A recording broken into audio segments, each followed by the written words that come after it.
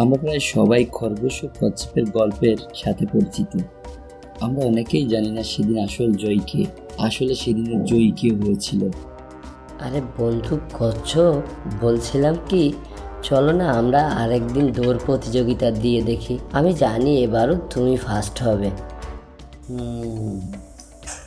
আমার কোনো আপত্তি নেই ভাই, তবে আমার একটা শর্ত আছে। এবার যদি দৌড় প্রতিযোগিতার আয়োজন করো তাহলে পরাপর 3 দিন আয়োজন করতে হবে। 3 দিনের দিন যে জয়ী হবে সেই হবে প্রতিযোগিতার জয়ী। আরে এই তো সুযোগ, আমি তো আর ভুল করব না। গতবারের মতো আমি আর ঘুমোবো না। অতএব 3বার কেন, 10বার দিলেও আমিই জয়ী হব। ঠিক আছে, রাজি হয়ে যাই। আচ্ছা ঠিক আছে কচ্ছপ ভাই, আমি তোমার সত্যি রাজি। তুমি যদি 3বার দিয়ে খুশি থাকো তাহলে আমি 3বারেই রাজি।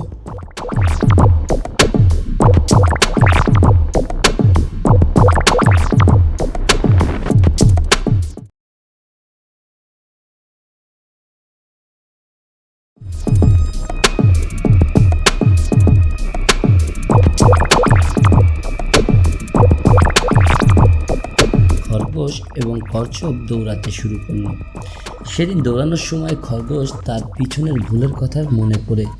খরগোশ আর সেদিন কোথাও বিশ্রাম নিল না। খরগোশ এক দৌড়ে সে তার গন্তব্যে পৌঁছে গেল এবং সেদিন খরগোশ জিতেও গেল। কথা মতো আরও 2 দিন দৌড় প্রতিযোগিতার আয়োজন করা। আজকে খরগোশ জিতে গেছে, কিন্তু আরও 2 দিন দৌড় প্রতিযোগিতার আয়োজন করতে হবে।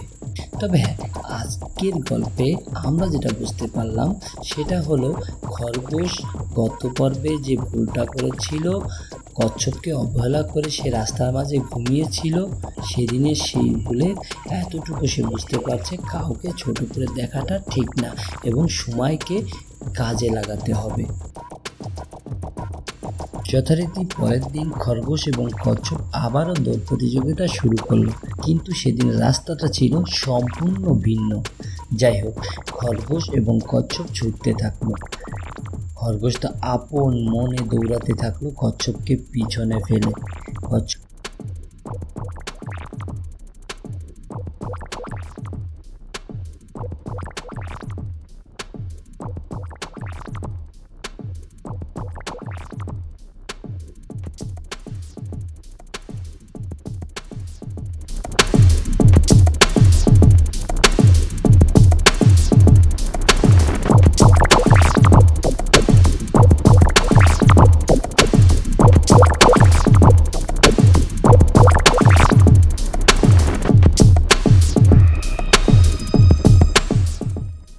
ইতিমধ্যেই পিছন থেকে চলে আসছে। কচ্ছপ যেন কিছুই মনে করছে না, সে আপন মনে হাঁটতে থাকলো। সে নদীতে নেমে সাঁতরিয়ে এপার থেকে ওপারে চলে গেল এবং সেদিন কচ্ছপ আবারও জয়ী হলো। খরগোশ চেয়ে চেয়ে নিরুপায় হয়ে দেখতে থাকলো এবং মনে মনে ভাবতে থাকলো, আসলে বুদ্ধি থাকলেই বা গায়ের শক্তি থাকলেই সমস্ত কিছু করা সম্ভব হয় না। আমরা কখনো কখনো প্রকৃতির কাছে ঋণী, প্রকৃতির কাছে আমরা অসহায়।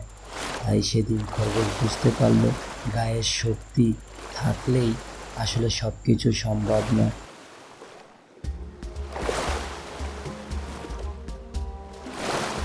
দ্বিতীয় দিনে খরগোশ হেরে গেল। হেরে যাওয়ার পরে খরগোশ তার ভুল বুঝতে পারল এবং সে বুঝতে পারল যে আমরা যদি মিলেমিশে কাজ করি তাহলে যে কোনো কঠিন পথ আমাদের জন্য সহজ হয়ে যাবে।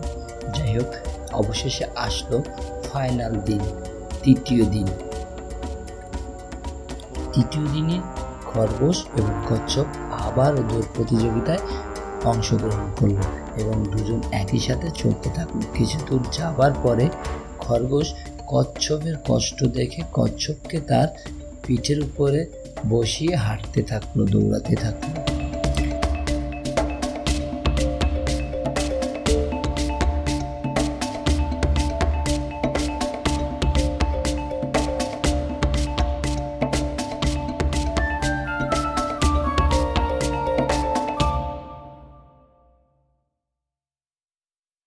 যখন দৌড়াতে দৌড়াতে তারা নদীর সামনে গেল, কচ্ছপ খরগোশকে তার পিঠের উপর তুলে নিয়ে সাঁতরিয়ে নদী পার হলো।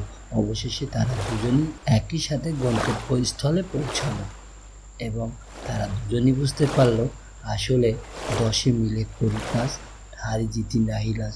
তারা সেদিন দুজনেই জয়ী হলো। তা আমরা এই গল্প থেকে বুঝি আসলে অনেক কিছু বোঝার আছে আমাদের।